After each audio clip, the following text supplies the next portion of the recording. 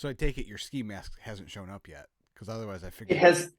I figured you'd be on with it first thing. Yeah, yeah. No, it has not arrived. The last time I checked it, it had departed from the facility. So fingers crossed that it's here in time for the game next Sunday. There you go. There you go. I heard. You know what? No, we're gonna get into the wrestling, and then after we're done with the wrestling, do what people have theoretically came for. Then we can spend the last part of the podcast doing radio for two. That's fine. Okay. All right. Kris and Matt's Wrestling Podcast 2.0, back after a week off, because last week was the season opener for not only our Detroit Football Lions, but the entire NFL, in which those Detroit Football Lions went in and shocked the world, beating this defending Super Bowl champions. Where's the shock? Where was the shock? Come on. So we're right. We've been riding high for about a week.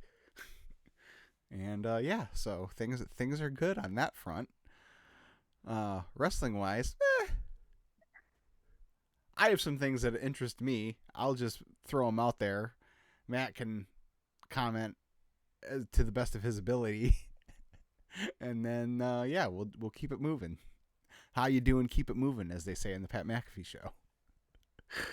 I heard they say some other things that get them bleeped quite a bit too. Well, they missed one the other day. Yeah. Like 5 minutes into the show. Right. It was fantastic. But before we get started, go ahead and leave a thumbs up on this video and subscribe to the channel, musicandmoonsalts.com. And where do I want to start? Well, let's just start. It's been the women have been a hot topic of conversation this week, Matt Durr. I don't know if you've been aware. A lot has been going on with women's wrestling. Oh, has there? Yes. Starting on Monday, the return of Nia Jax. All right. Yeah. Okay. She interrupted the main event between Rhea Ripley and Raquel Rodriguez, and at first maybe looked like she might have been helping Rhea get the win, but then she beat Rhea down, left her laying. So it looks like she's coming in straight to the top to be a challenger for Rhea, maybe at Fastlane. Yeah. No, people are mixed on old Nia. I wouldn't say I've been a fan of hers, but I don't think she's had her moments where she's been pretty bad, but I think she has her use, especially as when you've got a champion like Rhea who's as opposing as Rhea, you need this is a good way to have Rhea be the underdog for a little bit. So I'm not opposed to it.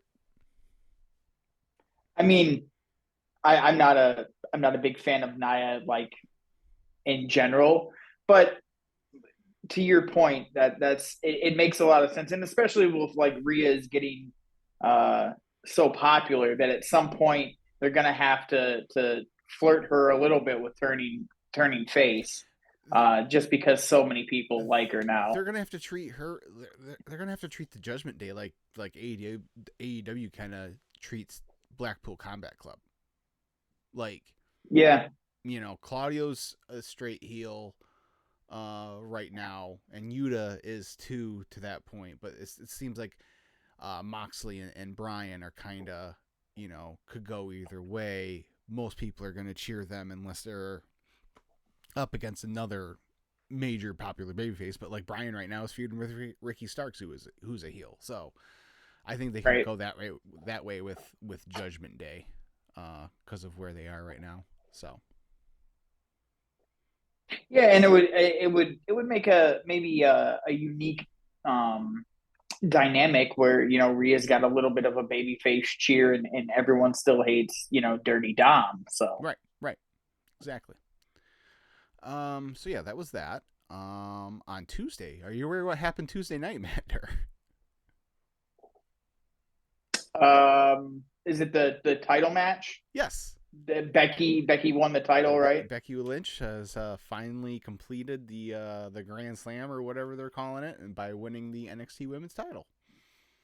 Yeah, congratulations to her. It's weird that they like had her back down at NXT coming right out of this pretty long feud with Trish, but if it means they're actually treating NXT like a legitimate third brand where big established stars are actually spending more time down there, I'm all for it. Yeah, and that's what they've been doing that for a little while now, with cycling people in and out down there. Becky seems major though. Like Oh Becky's yeah, like yeah, you that's a could different build it. level. Yeah. Yeah, that's a pretty big deal. So it's Mm-hmm. like I said, I think it's great. And it's a Tiffany Stratton. Mm-hmm. That's it. I mean, putting her on that sort of stage against Becky just shines a huge light on her. And from what I can tell, a lot of people think she's going to be a big deal. Yeah, she is. And for only being like 2 years in, like she's doing really really good stuff. In fact, like she could be main roster ready if they wanted to right now. Like that's how much she's developed in a short period of time. But yeah, I mean, I don't know. I think this is part of this. So I think the Mania match is Rhea Becky. That seems to be like the general consensus among the fan base is that's what makes sense looking at all the pieces on the chessboard right now is Rhea and Becky at WrestleMania. So you got to find, again, same thing with bringing Nia in right now to face. You got to find something for them to do to keep them apart until WrestleMania. So Yeah, I think it's a good little thing, and hopefully she doesn't do the Charlotte, and like when it's time for her to lose the NXT title, she actually loses the NXT title and not get pinned in a fatal or a triple threat match. right. Right. Yeah, I don't know because I always thought coming out of this year's Mania, I think at some point they got to do Bianca and Rhea, and with it being WrestleMania 40, I feel like um, that's the more logical, or not the more logical, but I think the bigger match. But you know, they could have it written down one way right now, and then in January go, man, never mind, we're gonna pivot. Yeah. Yeah, I think with Bianca you could do her and Charlotte because that's like the one member of the Horsewomen that she hasn't really tangled it up with too much yet. So, but yeah, I mean, there's plenty of time to get that all figured out. But so yeah, that was that, and of course, yeah, people are thinking that they're doing NXT's bringing back No Mercy here in a couple weeks. Nice. So there's talk that maybe Becky just drops the title back to Tiffany there, or maybe someone else, not necessarily at that show, but maybe further on down the line. There sounds like there's a new acquisition coming. Have you heard about this, Matt? I have heard about this. I saw TikTok about it. This blew my mind this morning because this news dropped late last night, early this morning. I woke up from work and I look and I get, have an alert from my Fightful Select, and it's like Jade Cargill finishing up with AEW, probably going to WWE. I'm like, what? Yeah, did not see that coming. Like, I'm not saying that doesn't surprise me at all. So the move itself, I figured probably like the timing of it is what surprises me. Seeing as I kind of figured she just came back. She was getting ready to go on another little run there in the, so to have it like happen right now is the surprising part, for me. But yeah, this is, look, she has her limitations. but I don't think there's denying like her. She's got the it factor for sure. See, I never saw it. You're like the only one. Yeah, and that's I'll own that. Like I was never intrigued by anything. She like it was always it felt for me it always felt like one step forward, two steps back with her in the ring. It's just like after all that time, I never was interested in watching her wrestle, and even her promos. Like I know a lot of people would talk about like the authenticity of her promo, and to me, it was quite the opposite. Like it always felt to me like uh, she was like stepping on top of the other people because she had to get her line out and stuff. It's maybe I'm just missing something, and I've got a blinder, but to me, it's not that big of a loss. And her going to WWE doesn't surprise me because Mm-hmm. she's very much about like an image, and no one's going to present. If she becomes a star in WWE, no one's going to present Jade Cargill like WWE can. So Right. that doesn't shock me at all. And knowing that she wasn't like a diehard, pro wrestling indie fan, Right. that's another where it just makes sense. Right. Um, Short term, I think you're right. I don't think this is like some incredible blow, but I will say potentially long term, you could look back on this and think like this could be end up being the first. Cody doesn't count because he was a WWE guy before.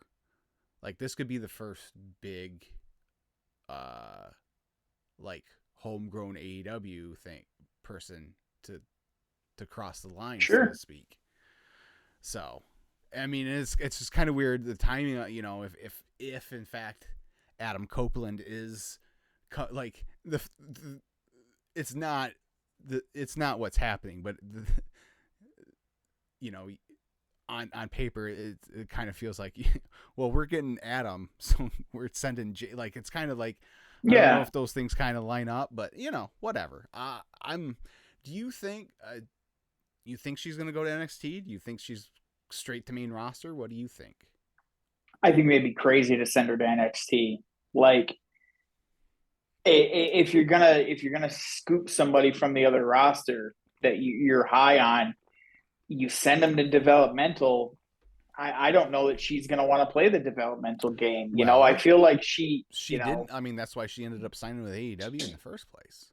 right. Like I So don't I don't think that's something she's interested in. yeah, I don't. Yeah, probably not. And they've proven, and I don't mean this as a knock, but the WWE has proven over 20 years at this point, it doesn't matter if you're limited in the ring. If you've got a character and a presentation that the old man likes, that's all that really matters. Right. Fair. Fair. Um. What's next? Oh, we'll just finish out. Uh, talking about the women here because I just I've really been. I know you haven't been watching. I've really been enjoying this Toni Storm stuff. I don't know if you've been seeing clips of this, but she's like how she's been kind of like ever since she lost the title, she's been slowly like losing her mind. She's almost doing this like I I don't even know how to describe it, like 50s Hollywood starlet type thing, but she's like just Mm-hmm. going uh further and further into the depths of insanity almost, and like I think it's gonna like she won the 4-way last night, so she's gonna face Saraya at Grand Slam for the title. I guess she's pretty much kicked out or left the Outcasts. So I think this is she's getting turned babyface out of this. But either way, it's been really good. It's been her best character work that I've seen from her. Period. In either company,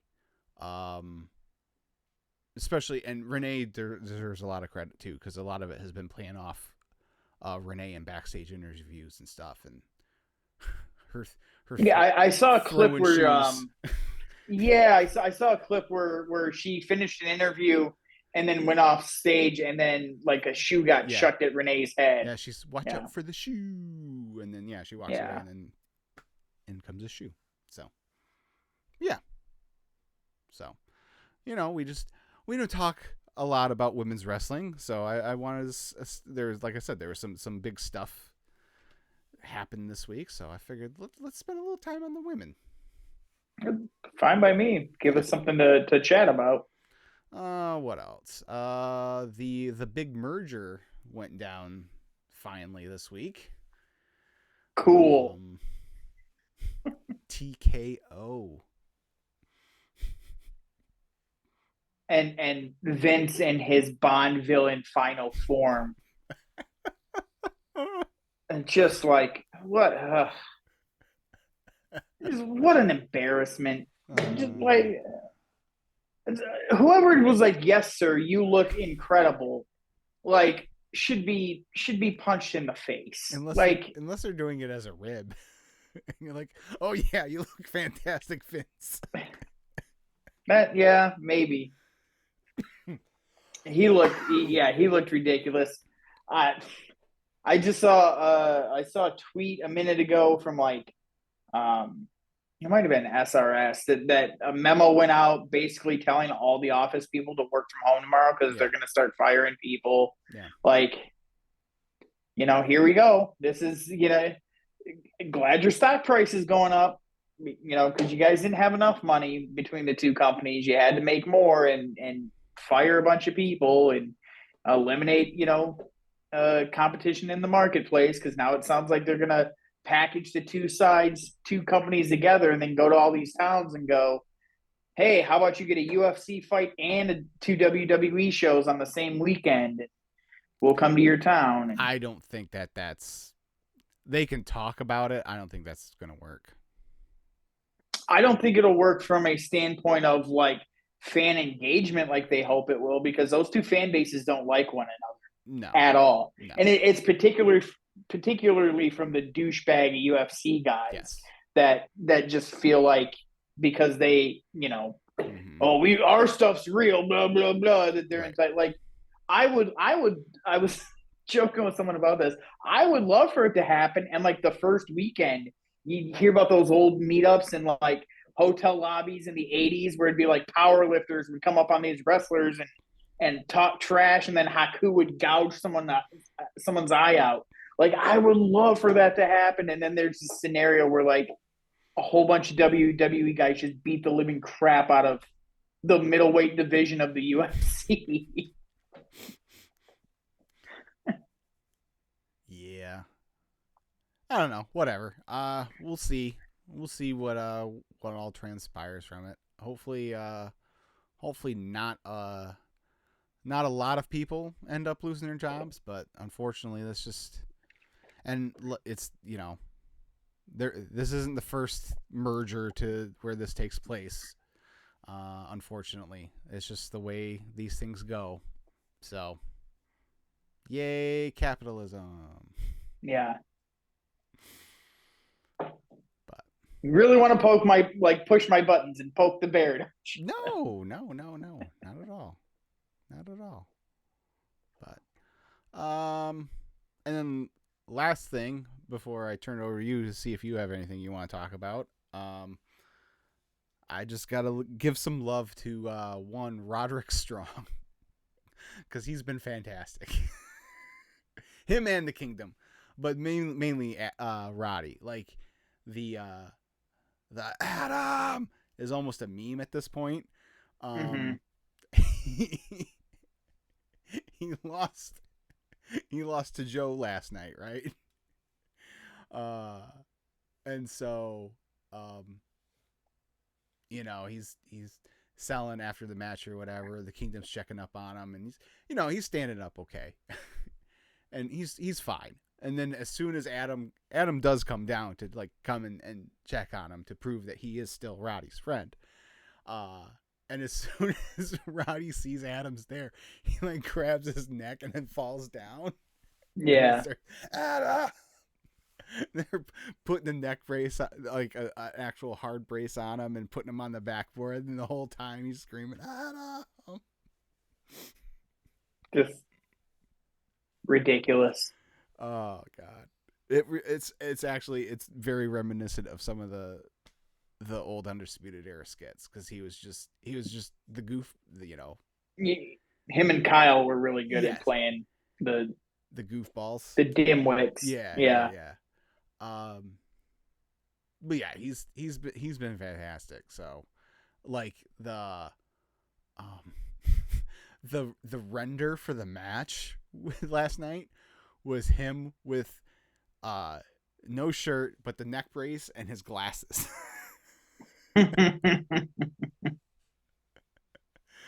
So it was just nice. I love it. I don't know if we're heading for, seeing as he's not getting the match with Max, I don't know if we're heading for a match with him and Adam then some here soon, or where exactly we're going with this. But yeah, I just think he's been doing really good stuff here the last few weeks. So I wanted to give a shout out to old Roddy Strong. Yeah, it's nice to see him actually get a featured spot on like a big time show. You know, he's always been like a background guy, and I don't know that that's fair, but that's just kind of always been him. Yeah. Yep. So that's all I had. I did see MJF's what would you call it, cover of the Steiner Math promo. Oh yes, was great, but the best part was Adam at the very end. Like the emphasis right at the end was perfect. Yeah. Mm-hmm. But shout out to MJF for nailing that entire thing. Yeah. That was the only clip I saw of the show last night of more than like 10 seconds. And sounded like he had a pretty good promo on Roddy too, but I guess it's him and Samoa Joe at Grand Slam, right? Yes. Yeah, I saw someone make a suggestion where because MJF has had this neck thing too, and Roddy, his neck got beat up by Joe, that you actually have Joe win. And while MJF is out, Adam Cole wins the belt. And then when MJF comes back for his title, now you've got another reason. Well, how good friends are they? Were they just good friends when it was MJF? And would Adam be the one to take the cheap shot to protect the title now that he's got the belt? Right. And that was fantasy booking where I was like, that's actually pretty fire. Like, because that keeps all of this going, and I think they need a feud that has heat like this, because it's been a tumultuous few weeks once again for them. So yeah, and they it's not stopping. I mean, they got Grand Slam in a couple weeks. Are you flying out to Seattle for Wrestle Dream? No, I won't be. I'll be going out to Seattle in February, so I can't go. Bummer. Yeah. Is our Seattle correspondent going to Wrestle Dream? He is not, actually, because he is going to the Collision the night before, because the geniuses over at AEW announced a television show that he was like, all right, cool, I'll buy tickets to that. And then like 3 weeks later, after he already got his tickets, they're like, oh, by the way, we're doing a pay-per-view the next night. We forgot to tell you about that. Oh, by the way, this is where we're finally doing Bryan versus Zack Sabre Jr. Yeah, like it plays into the overall frustration I feel with that company right now. Yeah. I mean, they got that match and Swerve versus Hangman. That's a couple nice headliners, and you haven't even got to, right, some of your main event. That could be where Adam knocks off Joe. Could be if they do that. Yeah, that short, fan theory. Yeah, they could.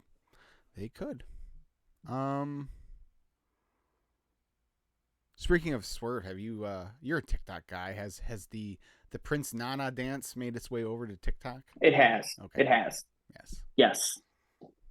That's another one. Like, I'm glad that Nana is getting like a little bit of love on a national stage too, because I mean, for years in Ring of Honor, he was gold, but no one ever saw his stuff because, you know, he's a comedy character on an indie. Like, we were just before I came in here to get set up, we were playing a game with Kingston, where it's a soft die, that each side is a different color, and it comes with these cards that correspond with each color on the die, and you roll it, and then whatever color you take a card from that color, and you got to do whatever the card says. And so I had one, and it was do a silly dance. So I got up and I did the Prince Nana dance. That's right. It was either that or the I need a Prince Nana Daniel Garcia dance off is what I need. It'll happen at some point now that you've manifested it. I guess we're getting Takeshita and Ibushi too, which I don't know how to feel about it because Ibushi did not look great in that 6-man tag. Yeah, he hasn't looked good in either one of the matches so far since his return. I get the War Games one. Apparently, he stepped on a bunch of thumbtacks. Like, right. I get that, but we'll see. That one I didn't notice as much because he came in last, and it was it's a plunder match, so whatever. I really noticed it in that 6-man at All In though. I'm like, ooh, he does not look crisp. Yeah. But I also think that's a testament to how good he is in that, like, everything he did always looks so good that, like, you can visibly see, and it's not like he was clunking up the match and was awful, but you could just see that's not Kota Ibushi yet. Yeah. But and kind of like Kenny when Kenny first came back, and towards the end of Kenny's run as champion, where you're like, yeah, he's getting through the matches and they're decent, but he's clearly not full gear. Pardon the pun. Kenny Omega. Yeah. I love the Full Gear poster. They got whatever. Get John C. Reilly at that show. Dressed up as Dr. Bus. Dr. Bus, yeah. I mean, there we go. Yeah, it's a cool, like, it looks cool or whatever. I have so much, like, disdain for the Young Bucks right now that, like, I don't even care. Oh yeah? Yeah. See, we were off the week after all the stuff happened. Yeah. So, like, I never got to, like, explode on air about all of it. Okay. And then, like, and now it's just got to a point where I'm just like, I don't even want to look at the show. I don't want to look at their stupid faces. I don't want to see like, I'm so, like, over looking at anything AEW right now. I'm so mad at that company. And I'm mad at Punk too. Like, the whole thing, I told you, I don't know if we were on air still or if it was when I guessed it on something or something, but I swear you and I were doing one of these. And I was like, if this CM Punk thing goes south, I'm done. I'm checking out of all of this stuff. And that's where I've been. Like, I could not tell you anything that's happened on these shows since that came out.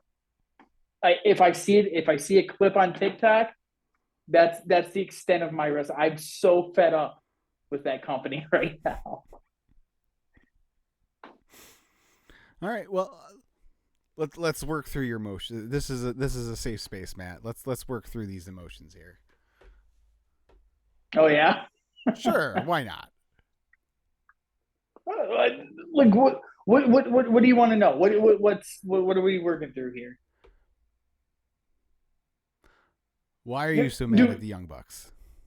Why am I so mad at the Young Bucks? Mm-hmm.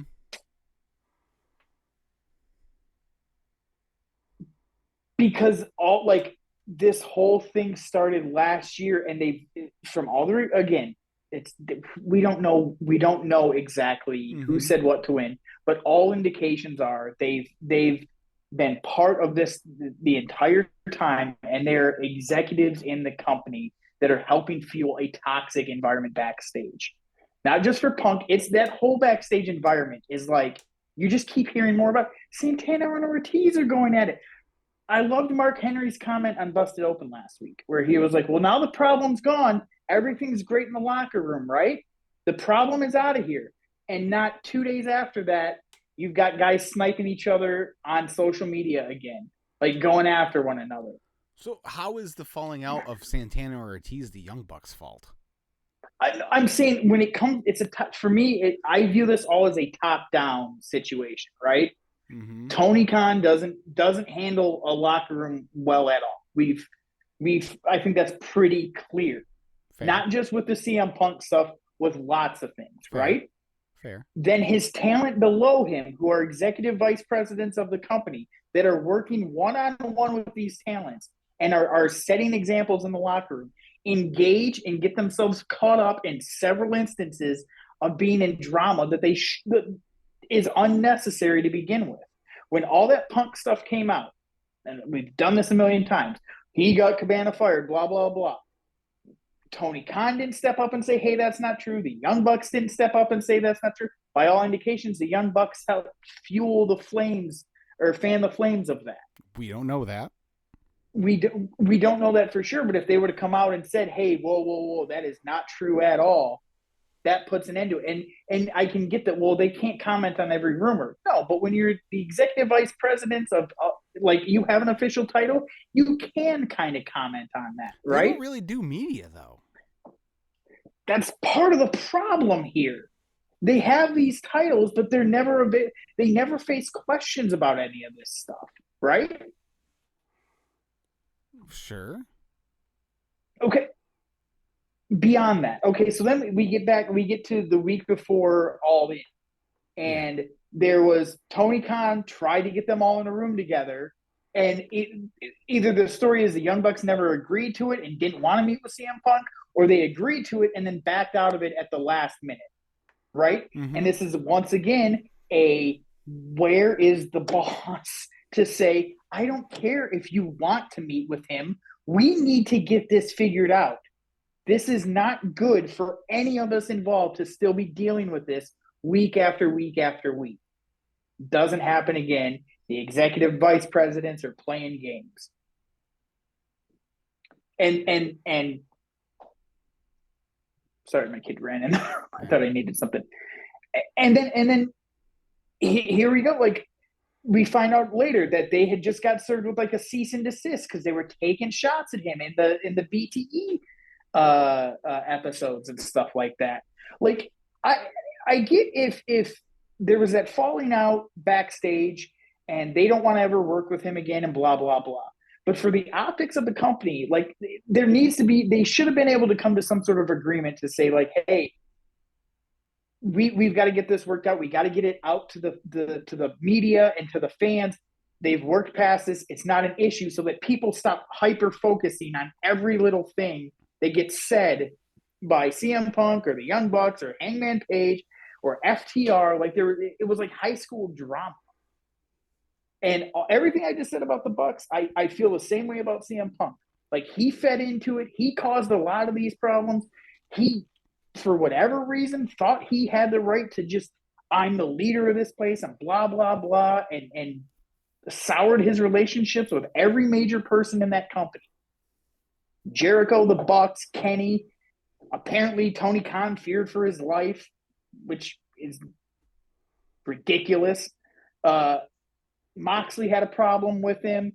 Brian, it sounded like, was like, I don't need to work with him. Like, no one wanted to touch this guy but his buddies. Mm-hmm. And that's because of his attitude. And again, where's Tony Khan to put an end to all this? Cowering in the corner, they said, getting covered in monitors or whatever. Like, what a ridiculous scenario. Like, just unbelievable. And all of that leads to, here I am as a fan bought a ticket to a show. We joked about it on here. Bought a ticket to a show. I'm going to get to see CM Punk again. Like, it's going to be right down the road. This is going to be awesome. And here I am again, junk in my hand going, oh, I guess I'm going to go to Toledo and watch Action Bronson or whatever that moron's name. And a bunch of other guys I don't really care to see.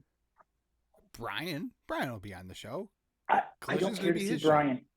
Willie, because he's got a match on October 1st, right? Mm-hmm. By his tendencies lately, he's going to be out till December after that match because every time he wrestles, he gets hurt again.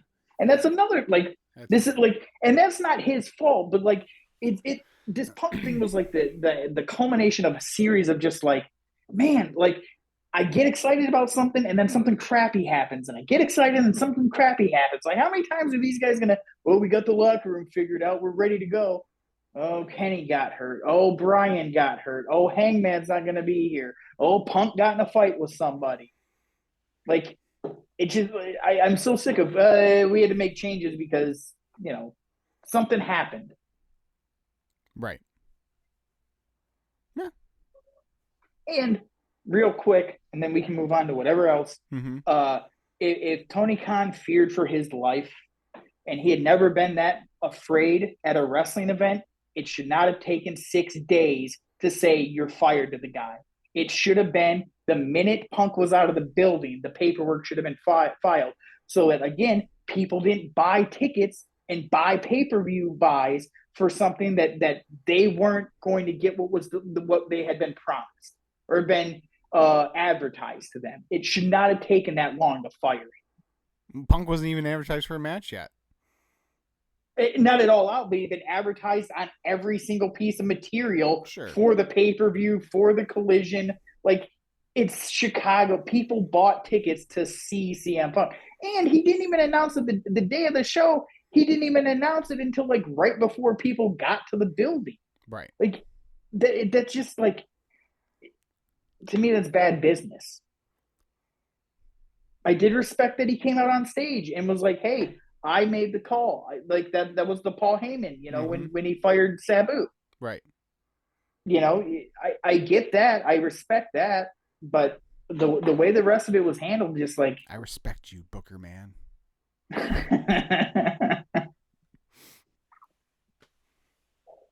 And now Punk is Punk is done. I don't see him going back to WWE. The only way he can go back is on like a Brock Lesnar schedule, which is ridiculous. That's not what he's going to want to do. And he came back, got people excited, and now he's soured another relationship. I think it all depends on when he legally can, because we don't know with his firing what kind of does he got to sit out the remainder of his deal, or is there just a 90-day, a year, what kind of non-compete we're looking with, or if he's just free and clear because of the circumstances or whatever. So we gotta look at that. Until we find that out, it's kind of a useless conversation to a certain point. But I could see them dipping their toe in and doing like, let's have you be in the Rumble, or let's put you in the Hall of Fame, or stuff like bring him in for a night or two and see. I could see that, and then good. And if everything goes smoothly, maybe they'll work together a little bit more. I think the stuff people are harping on about, like what Seth has said about Seth and Riddle hated each other's guts and they worked together. Like, I don't think if it were reality and it were presented like, hey, we're going to do that again because you've got real leadership in WWE. Right. If Vince goes, I want CM Punk because he's going to draw, he's going to go to Seth and go, hey, I want you and CM Punk at WrestleMania. What do you think about that? And if Seth is stupid enough to go, I don't want to do it, Vince is going to go, okay, well, that huge paycheck that's going to go along with it is going to go to somebody else because you don't want to play ball the way I want you to play ball. It is ridiculous. Like Cody and Roman was box office. You could make the argument CM Punk and Roman would be even bigger. Want to hear something that'll blow your mind? I'm all in. Obviously, I want Cody and to beat Roman, and I want that. Now I definitely need that match at this coming WrestleMania. The only person I would accept to face Roman at this coming WrestleMania that's not Cody is CM Punk. Because he's a star. I think the story that they could tell would be fantastic. And yeah, I just think you give Phil the thing he's been desiring this entire time. He finally gets his WrestleMania main event. Yeah. And you got the Heyman aspect. Yeah, I get it. And obviously Roman pins him at that point though too. And it gives Roman another major feather in his cap. Yeah, maybe. I don't think they're gonna deal with the headache. I don't think they need to. I don't think your thing about dipping the toe in, I don't think that would work for either side because he can play. Everyone knows he can play nice for a little while. It's when he's there after a few weeks that he turns into an insufferable prick. Yeah. So like it I don't think. But that's why I say like the Lesnar thing would work. If he flies in, hey, you're here, you're doing these segments, and then get out.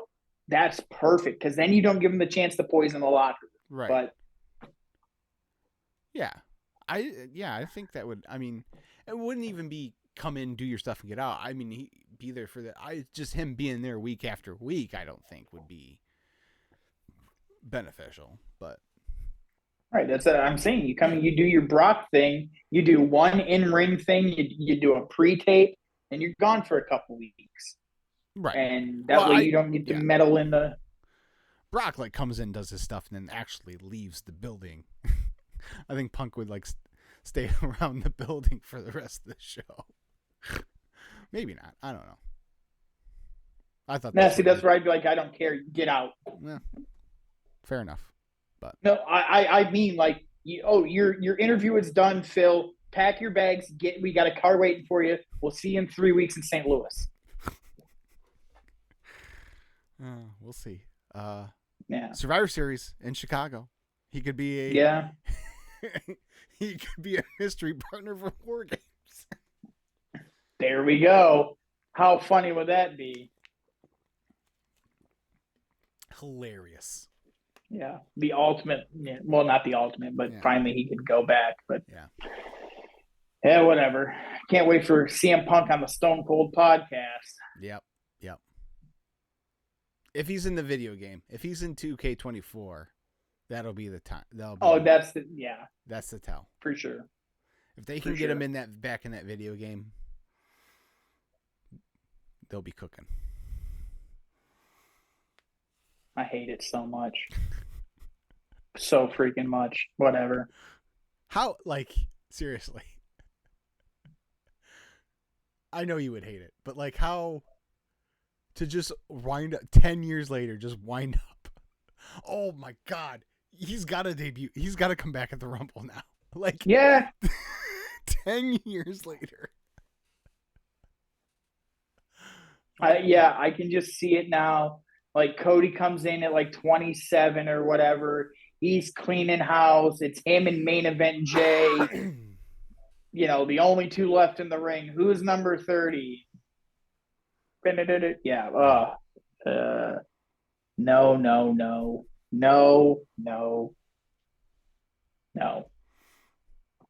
Yeah. I'd be irate.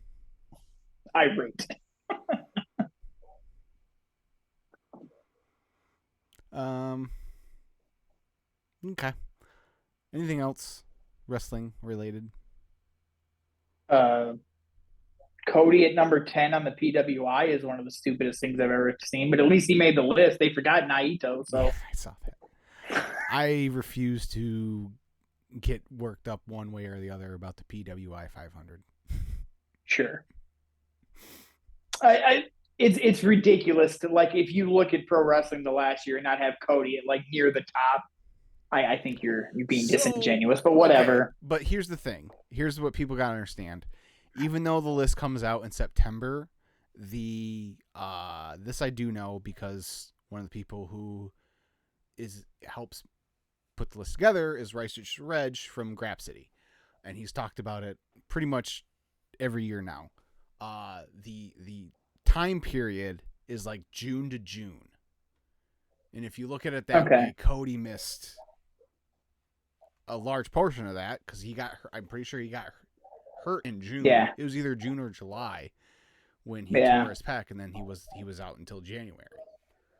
I still think the run he's been on this first half of the year is, I agree, better than Orange Cassidy. Like, and I love Cassidy, but yeah, it's all subjective. I mean, Ospreay not being in the top 10 is what I found to be like what.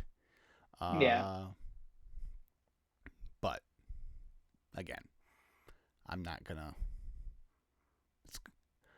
Did you see the Seth tweeted out a picture of the fist bumps because they're 1, 2, and 3? Yeah. What does it mean? Yeah, right. Oh, Moxley's unhappy in AEW. Yeah, exactly. We'll save that for the next merger. Yeah. When Shad's had finally look, Tony, I love you, but this is too much of a headache. We gotta dump this thing. Yeah, I gotta pay T-Law, and I'm short on funds. Yeah. All right. So that concludes the wrestling talk. So if that's all you're here for, you can go ahead and just, like I said, please leave a thumbs up on your way out and subscribe to the channel. Matt and I now are gonna engage in some radio for 2, and so these ski masks, Matt. Yes, sir. I heard a fantastic idea today. What's courtesy that? of one Michael Valenti. Third down, mask down.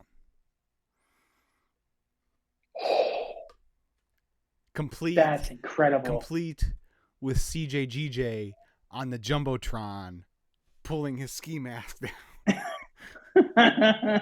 Under his helmet? No, I think the way he said is like he steps out of the shadows like Batman and then just pulls the ski mask. Pulls the mask down. You just don't do CJ either. You get it. Every member of the defense gets involved. But CJ, this is his thing. So like, he's kind of like the front. He's the focal point. Yeah, I get it. But you got to switch it up so it's not just CJ every time. Yeah. I liked that one. I liked the because they were talking about it. They were talking about it today, and they're like, "Well, how do you like? Who's gonna wear one of those ski masks indoors for a whole game?" And it's like, well, if you just do it like on third downs. Well, I like the idea of the turnover ski mask. Whenever, can you hear that? No. Oh, okay. That's just me being distracted by some song. If you do it on the turnover, it becomes that every time that there's a big turnover, well, any turnover, you can do the ski mask too. But you're not guaranteed one of those every game. Yeah, that's fair.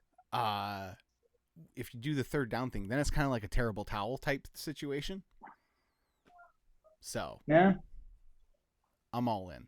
I love it. I know there's some people that are like it bleeds into a stereotype and stuff like that, but I think that's part of like who gives a shit. I mean, people are going to think what they're going to want to think anyway about the city of Detroit. Like if anything, it's an opportunity to reverse the stigma. Mm-hmm. But then also I do get the people that are like, yeah, but do you think like people that are down, there's a criminal element outside of those games already. Sure. Like if you've got 10,000 people walking downtown with blue ski masks on, at some point somebody's going to act a fool and do something, and then they're gonna ruin it for the rest of us. Mm-hmm. And I'm like, yeah, no, that's it's going to happen. Like people's cars get broken in because it's Detroit. As much as I love the city, people's cars get broken into in the official Detroit Lions parking garage. Like people I work with have had gear stolen out of their car while they were inside Ford Field covering the game. Like there's a criminal element down there, and now you're kind of giving them like, oh, they're doing it for the. I get it. I'm all for it still. I love this idea. I can't wait to take it to the game. Yeah, yeah. So, yeah, I'm excited. I'm hoping there's quite a few. Like, what's the over under you think for this Sunday's game? Like, how many do you think? I don't know how to gate. I think there's going to be enough where, like, I think it's going to be enough where you're going to notice it. Like, you're going to see kind of like last Thursday when you could see the large patches of blue in the stadium. I think you're going to see that with the ski mask. You're going to see clumps of 30 people together with their ski masks on. And the cameras will be sure to. We get the A exactly this week. Yeah, we're getting the Fox like number one. We did get the most penalty frequent penalty assessing officiating crew for the game. Nah, whatever. You know, look, there's one thing we know this league loves to do with the Detroit Lions. It's let their officials find a way to screw us. Okay, like I'm allowed to be a little concerned about that. Right. No, I get it. They let the right tackle jump offside or false start all last week. There were like 6 or 7 plays where dudes were just like literally holding Hutch by his neck, and there's no holding call. Like, I don't trust the officiating. So. Right. Hutch is going to eat this week. He better. Him or the other members of the defensive line are going to have to go crazy. Yeah. They got to get 5 sacks this week. Easy. Yeah. Oh, I can't wait. I know. I hope I don't miss too much of the game. I won't text you. I won't ruin anything. Well, I mean, yeah, I'll let you know how I'm doing on time if I think I'm gonna be, because like I'm not gonna. I thought about recording the games and starting them, but I'm like I'm not gonna be able to do that because I'm not gonna remember to turn off because I have like the notifications, the ESPN notifications for every score and stuff like that. I'm gonna forget to turn those off, and it's whatever. So, but I'll let you know whether to you can blow me up or not about it. But yeah, I'm hoping if I can make it home by halftime, I'll be happy. Well, Lane just got to put up a bunch of points, get some extra commercials in there for you. Yeah. So, yeah, I'm pretty pumped. Yeah, Lenny's been on a roll this week. I've caught a couple segments, but the one day was dominated by the MSU talk. So, right. Well, when they were doing the ski mask talk today, they were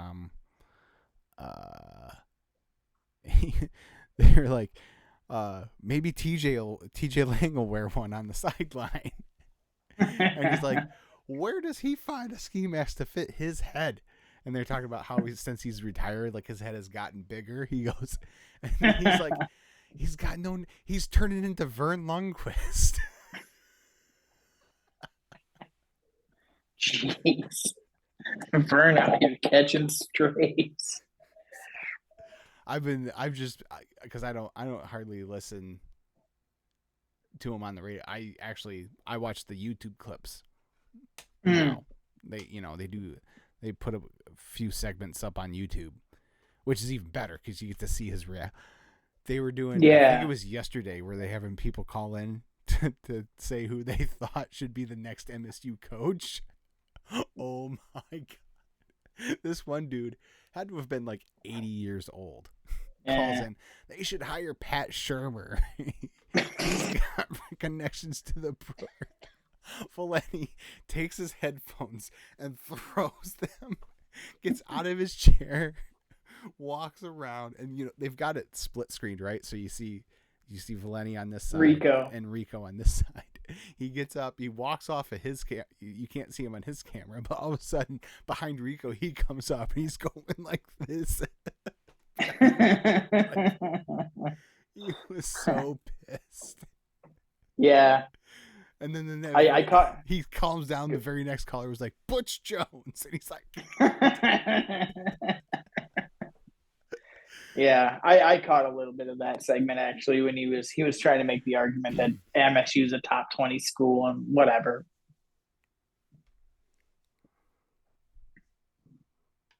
Bad. It's bad. My favorite part about that whole thing was when they were like shocking developments in East Lansing. I'm like, I don't know that it's shocking at this point. Like if anything, it doesn't surprise me at all. Like it's on brand. But yeah, but whatever. Yeah. So. All right. Oh. NSYNC. They're back, baby. That's right.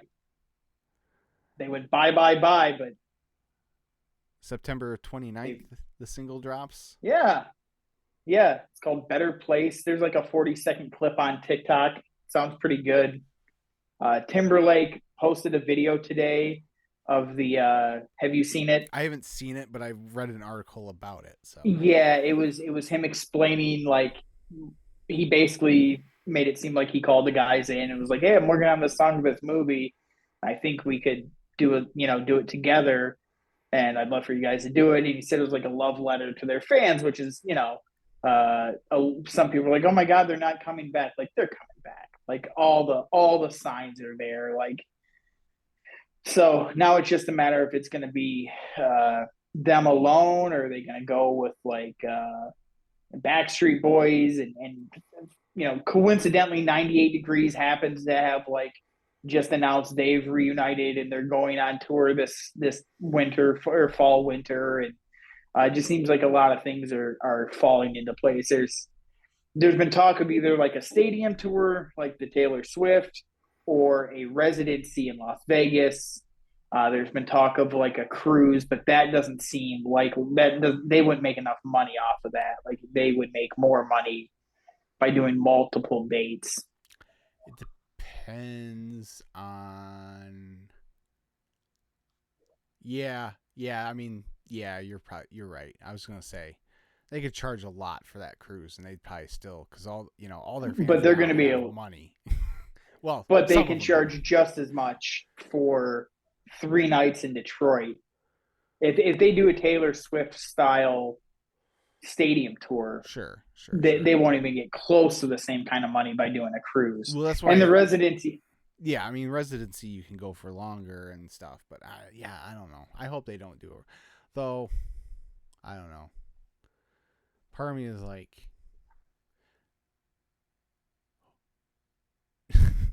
part of me is, I don't know. Like, part of me is hoping they do a residency or a cruise, so then like the decision is taken out of my hands. I don't gotta worry about coming up with the money to go. Right. It's like, right. Oh well. Yeah. See, the residency, I love the idea because it's like that's my favorite place to go. Right. Like, right. The other idea I was kicking around, and I've seen other people say, like, you could do the boy band festival. Like Rock on the Range is a big deal. You could do like 8 weekends in 8 different cities over the course of a summer, where you do a 1 or 2 day festival where it's like NSYNC and Backstreet Boys each have a night, and then you can do the 98 Degrees and people want like Boys to Men, and if you threw enough money at the Spice Girls and all O-Town this, still like, around, right? Like you could bring what was the MTV band Together? I know the one kid passed away, but like there's options there, but it's pretty clear they've got more coming along. They just can't really talk too much about it because of this writers' strike in Hollywood, because it's all tied into the movie. Right. That's true. But I've spent more time in the last 2 weeks researching in sync rumors than I have wrestling. So that's where my head's been. Fair. Okay. Yeah, I don't think there's anything else. Yeah, I think that's it. I don't have anything. All right, cool. Well, yeah. Well, I hope you enjoyed this episode of Kris and Matt's Wrestling Pod, and also Lions Talk and In Sync banter. Maybe this will be the formula going forward, seeing as you're kind of checked out on wrestling right now. I'll come with a few topics, throw them at you for you to talk unintelligently about them, and then we'll talk about stuff we actually care about. It's a format we've been going under for 5 years now. Sure, true, good point. But anyways, you can still follow me on the Twitter at I've been as Kris, and follow the show at KM Wrestling Pod. Until next time, see ya.